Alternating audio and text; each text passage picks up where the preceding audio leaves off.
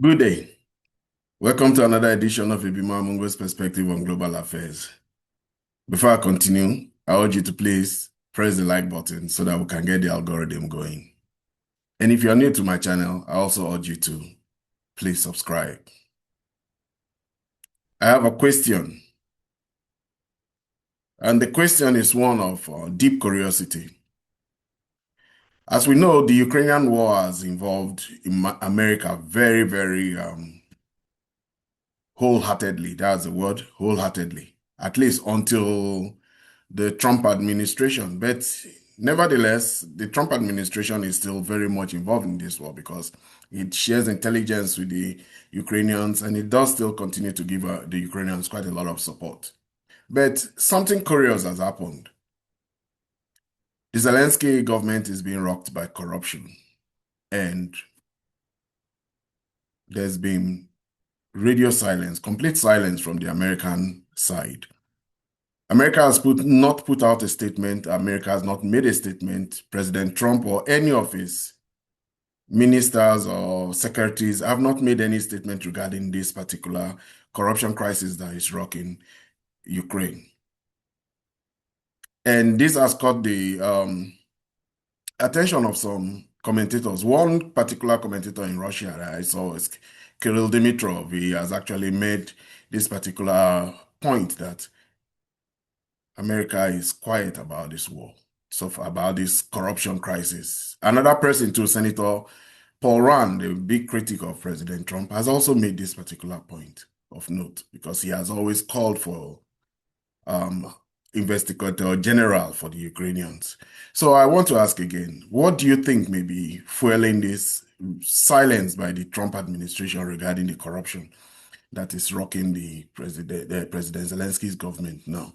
It's one that is quite a problem for the Ukrainians. The anti-corruption problems that President Zelensky is facing now has been beginning to create some form of very rare scene in Ukraine. Protests against Zelensky. There has been some protests. There's a particular activist, and she gathered some activists, she gathered some of her people, and they went to the Maidan Square. The Maidan Square, we all know, is where all these changes that took place in Ukraine over the past few years, since 2014, really happened. That's where the demonstrations that led ultimately to the fall of Viktor Yanukovych happened. And she gathered some 100 people, I think about 100 activists. They went to the Maidan Square and um, they protested. They protested against the corruption. They made their statements. And it is to show that it is not as if everybody in Ukraine does love Zelensky. So 100 people were brave enough to join the action organized by anti-corruption activist Maria Barabusha. That is who organized this. And they put out, they held placards, they had a rally. If it was in the days of US aid and in the days when we know that the National Endowment for Democracy, NED, you will definitely have seen more crowd. They would have had more funding for this kind of a protest, but it didn't happen this way. And the protesters here now are protesting against President Zelensky, but not as much as would you will think. But despite all of this, President Zelensky's approval rating is going down. Those people who don't like Zelensky are coming out of the womb, or the woodworks. So one of them is also a member of the Verkhovna Rada, that is the parliament of Ukraine. He comes out. His name is Yaroslav Zelensky. He says that from what he has observed from many polls, he triangulated about 3 polls, and he said Zelensky's popularity rating has fallen down. We've had many polls that have said that the Ukrainians are very weary of this war. They would rather this war will end. 70% of people, and that's from Gallup.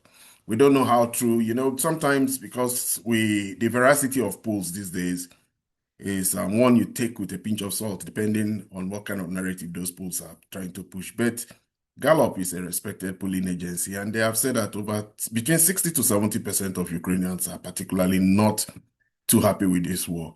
And he said that the opinion polls that I have seen show that Zelensky's rating stands at below 20%, he said in a video posted on Strana Media outside outlets Telegram channel.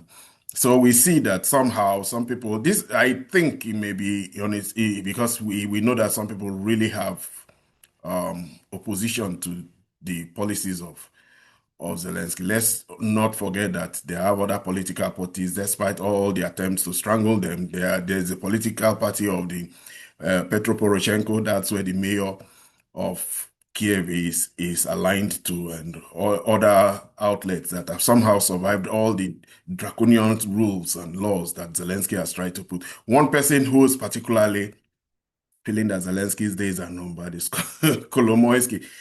You may not know who Kolomoisky is. Kolomoisky is the one who created the reality that today we have as Zelensky. He is the one who is said to have been interviewed by the Nebu and the Sapu privately, and who gave so much information that ultimately led to these investigations that are going on Zelensky's inner circle. Is what you call his kitchen cabinet. Timur Mindich has already escaped, and Kolomoisky calls Zelensky. He has really suffered, despite the fact that he is the one who brought Zelensky, gave him a lot of funding, suggested he should take part in the elections. He was even the one who promoted him in his own radio, a TV station. Kolomoisky, Igor Kolomoisky, is in jail. He has been jailed for. He fell out with the president. That's just how I'll say it. And then he fell out with the president, despite the fact that he created this presidency. And he fell out, and he has been accused of everything. His money, his muzzle, his media empire got Zelensky elected.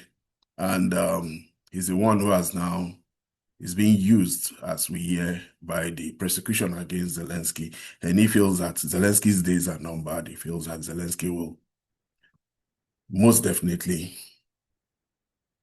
be out of government soon. This is also leading to some people. In fact, there was something very ominous, or let me say prophetic. We don't know how, because until it becomes a reality, we won't know.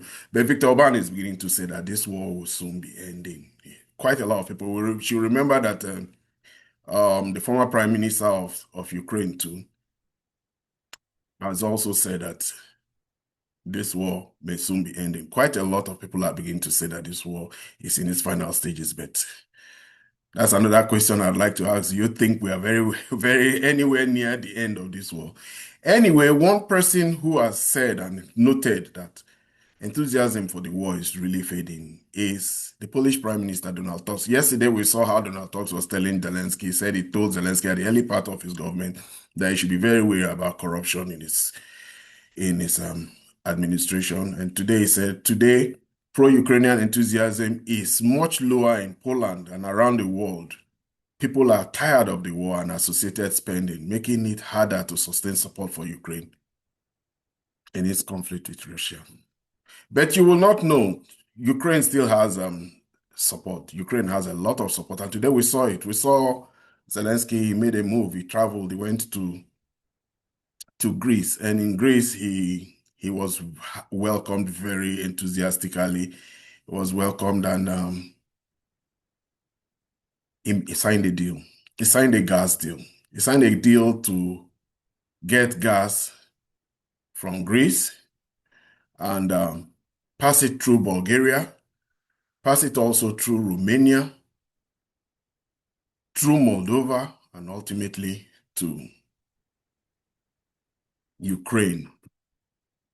A very long, circuitous route, but he has got assurances. And where is he getting the money to buy gas? The European Union has promised him $2 billion. He will be buying American liquefied natural gas, because it so turns out that most of the gas that Greece has comes from the Nord Stream, the Turk Stream pipeline that passes through Turkey. That is definitely Russian gas. Russia supplies Greece 45% of their gas requirements, but obviously they will be getting the ones that the 15% that Azerbaijan produces, or they will be buying American LNG gas. I think it's conjecture that they will be buying American LNG gas from the Greece. So a long circuitous route, and it was a really nice one. I have images here of this very grandiose welcome that Zelensky had in Athens, and it was a good one for him. He's most popular. You will not know that he's having domestic problems when you see him in the international stage. And just like most European prime ministers and leaders, he enjoys a lot of goodwill in the foreign space. After all, he's the one who is holding off the whole Russia bear, all 145 million of them. He's the one who's put his people and his at risk and is holding off for Europe. Is the one who's fighting the war that Europe is hoping to fight against Russia in the next 3 years. So Zelensky is a hero. You will never know that he's not one whenever he's in the domestic level, but in the foreign world, he is definitely a hero, and his praised is highly um, revered, and this is the visuals of it. So, welcome again. Attacks on civilian. Thank you for having us, hosting these day attacks. Πρωθυπουργού της Ελληνικής Δημοκρατίας και της Πρέσβης των Ηνωμένων Πολιτειών στην Ελλάδα, κυρίας Κύπρελου. Yeah, while all this is going on here now, one very curious thing is happening. Zelensky's National Defense Director has fled Ukraine, and nobody has seen him for a while now. He's the National Security and Defense Council head, the secretary. He was the former Minister of Defense. His name is Rostom Omerov, and for 4 days now, he told the people, good people of Ukraine, that he's coming. I'm on my way. I'll be back. And but they've not seen him for a while now, for 4 days, and it has begun to raise a lot of speculations that he may just have joined Timur Mindich in escaping, because his name was repeatedly mentioned in this investigation going on by NABU. So we really don't know what is happening. We wish him the best, but yet we know that there's quite a lot of problems for the Ukrainians. One of the big problems the Ukrainians have is an unhealthy desertion rate in their military. It's a very big one. We have heard severally that this year alone, they've lost over 100,000 people, if not more. This has been some of the people who are part of the Servant of the People Party, ironically, in the parliament. They are the ones who bring up this matter. They continue to tell the military not to lie to the people. And I got a graph today that tends to show the kind of rate of desertion. Yeah, this graph shows that the Ukrainian army is fleeing. Numbers of deserters in 2022, 3,687. In 2023, 12,581. In 2024, 41,950. And 2025, 161,461 in 10 months. Based on mathematical, it could be predicted that 693,000 people could flee next year. It may not be that bad, and we really don't know how this war is progressing. We don't know the rate of collapse in the front of the war now means that maybe this war is getting close to a resolution. The Russians have stepped up. They're making huge gains, especially within the east of the Zaporozhye area, where they are encircling Heliopoli or Gallipoli, whichever way you want to call it. They are really making moves, and they're moving very, very fast. So today, we got to learn that the Russian troops have liberated Malaya, Tomaksha, and Rovnopoli settlements in Zaporozhye region. The Minister of Defense told us that. They said the Battle Group East units liberated Rovnopole settlements in Zaporozhye region as a result of decisive action. Battle Group Dnieper units completely liberated Malaya Tomaksha settlements And they also told us a lot. This one I did see. I saw the video of it. I saw the video of the destruction of one particular unit there, a HIMARS unit. It was very precise. They used this Scranton missile on it. Air defense shot down 2 Neptune missiles and 197 Ukrainian drones over 24 hours. The ministry said air defense assets shot down and guided air bombs, 4 projectiles of the HIMARS system of US, 2 Neptune long range. It gives credence to the fact that the Ukrainians now have been saying that their Neptune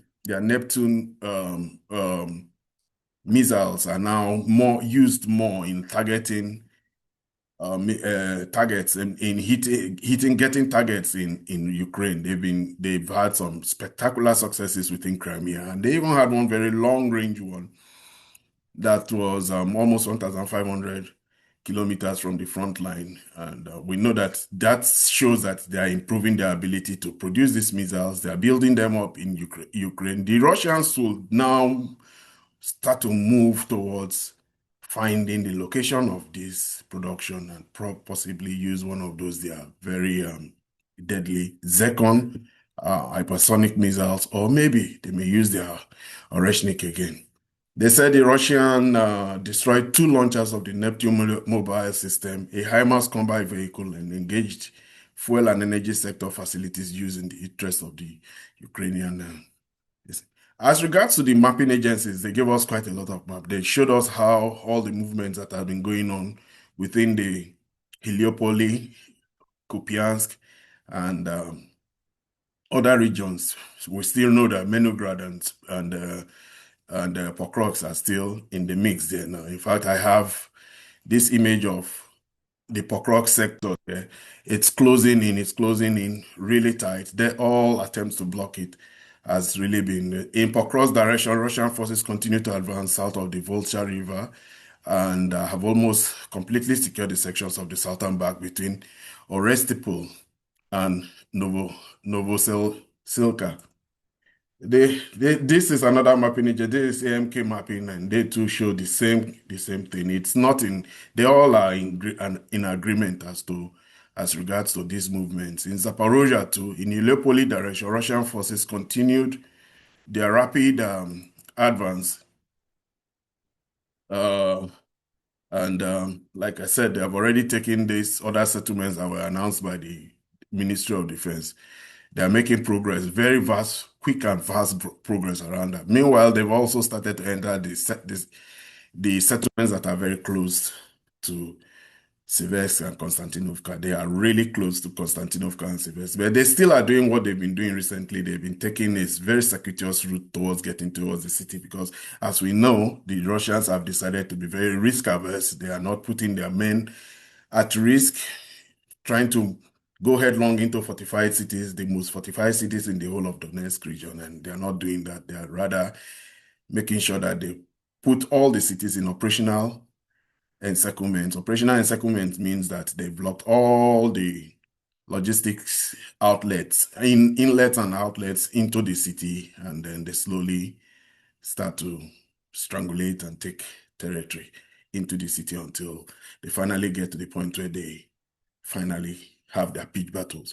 It's been very good for them in recent times, though. The fog, the weather has given them a big advantage because the Ukrainians are very well pitched, waiting for the Russians to come. They have been using the very fact that they could see them. They had a good line of sight, but the fog and the weather has made that very difficult for them. So as it is claimed that the Russians made a lot of progress in the periods, in the 1 or 2 weeks that there was a lot of fog within that region.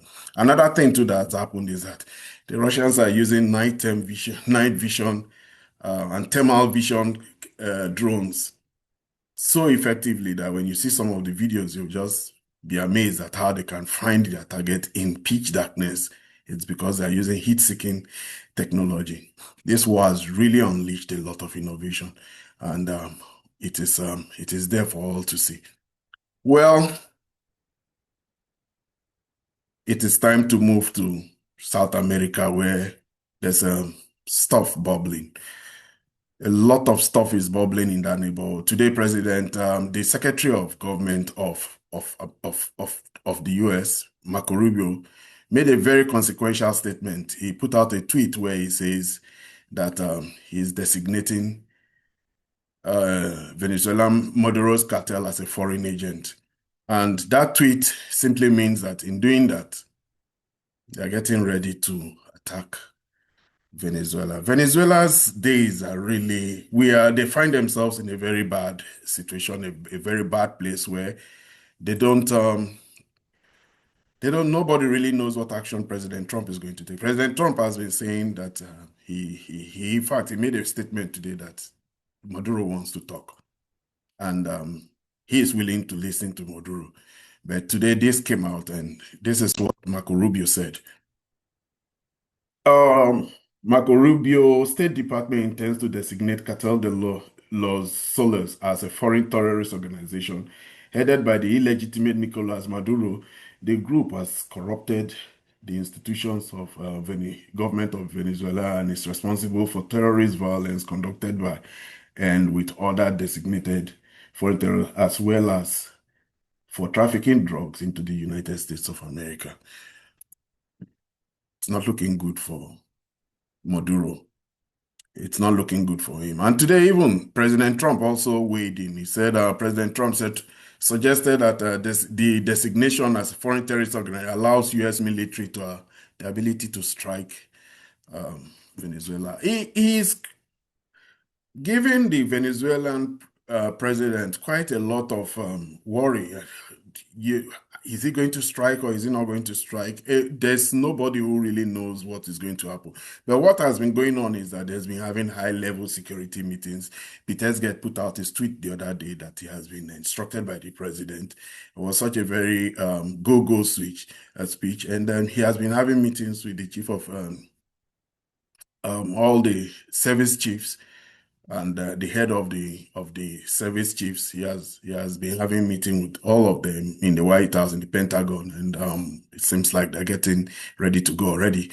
We know that USS Ford is there, and he says this designation allows us to do that, but we haven't said we are going to do that. Trump said we may be having some discussion with Maduro, and we'll see how that turns out. They would like to talk. He said, Maduro wants to talk.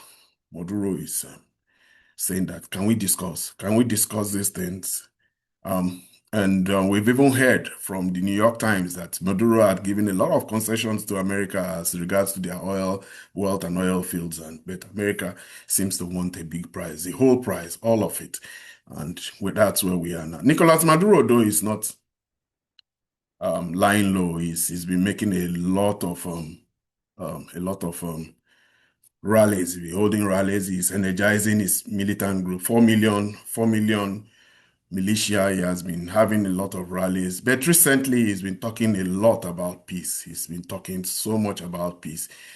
And he has a rally where, in fact, recently he even sang a song in John Lennon's Imagine. I've loved to show that video, but sometimes you show these videos and they have copyright to those songs, so you would rather not do that. But he has been on the path of peace recently, and one of those moments when he was on the path of peace was captured when he went to meet some pastors to pray for him and pray for the Venezuelan people. I think it's prayer now that is very important. He wants. Amen. Jesús. Amén. Thank you. Estoy muy contento que estén pastores, pastoras, pueblo de Dios, nosotros hijos de nuestro Señor Jesucristo, amparados por Él, guiados por Él. Llevamos su fuerza, llevamos su verdad, vamos por su camino. Él viene con nosotros. Y desde aquí pedir las bendiciones para Venezuela, pedir las bendiciones para nuestro pueblo y unir el poder de la oración de todo nuestro pueblo y de todos los pueblos de nuestra América. He really is being very prayerful these days. It's very important to be prayerful at times like this when you don't know whether the day you wake up, a decapitation strike may have just taken away your head or your leg. America and Israel these days are not administrations to be fiddled with. Anyway, President Maduro has also called on American Christians to Christian brothers in the churches of the United States, asking them to ring the bells of peace rather than the drums of war. He made this appeal at the time that the Trump administration has mobilized a lot of resources around. He has, and nevertheless, told America that it's best that they should use all these resources, time and energy to try and improve America. If US wants to govern the world pretending to save us and the world with weapons, but its own millions of people are without food, housing, education, and fighting drug addiction, it is very important that they first try and help themselves. Japan and China are getting at it. They are bubbling. That area is getting very interesting. The South China Sea. That area has always been the domain of continuous fracture and push me, I push you between the Chinese and the Philippines. The Filipinos are very, very active in trying to stave off Chinese aggression around their islands. But a statement made by Designate Tanakachi has put the Chinese and the Japanese on a very serious course. And we come to find out that in Japan, the talk of militarization has become a big one. And quite a lot of people in Japan are not so sure.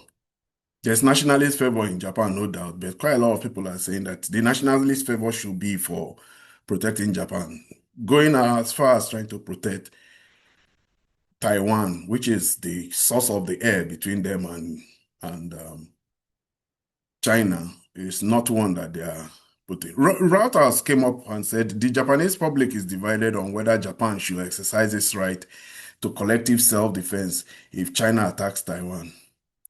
A Kyoto news agency poll found on Monday. The survey found 48.8% in favor of and 44.2% against, while 60% backed Japanese Prime Minister Sanai Takaichi's plan to beef up the military's defense spending. She has even started to make statements that have rattled the whole of China.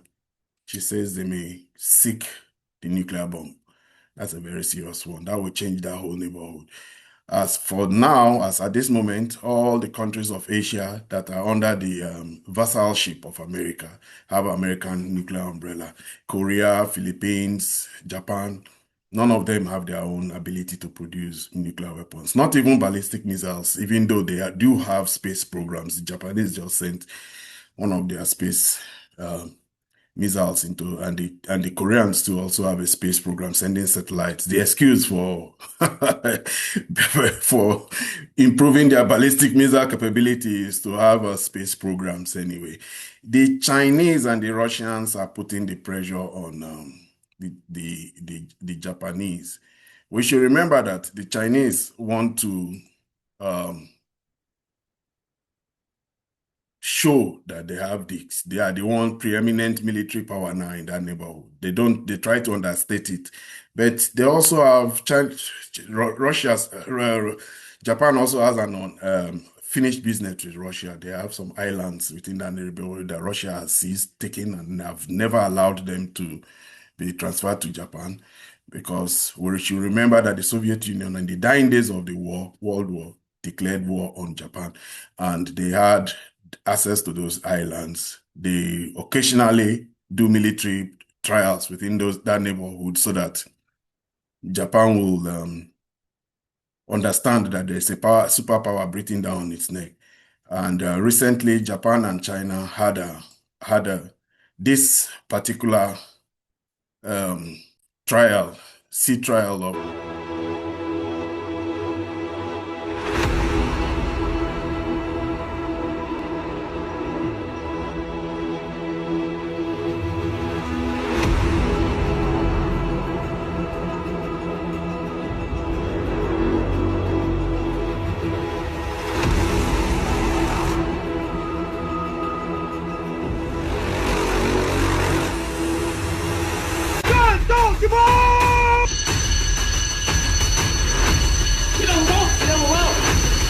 I think that will be enough. It just shows us that these people are very ready to start to get at it.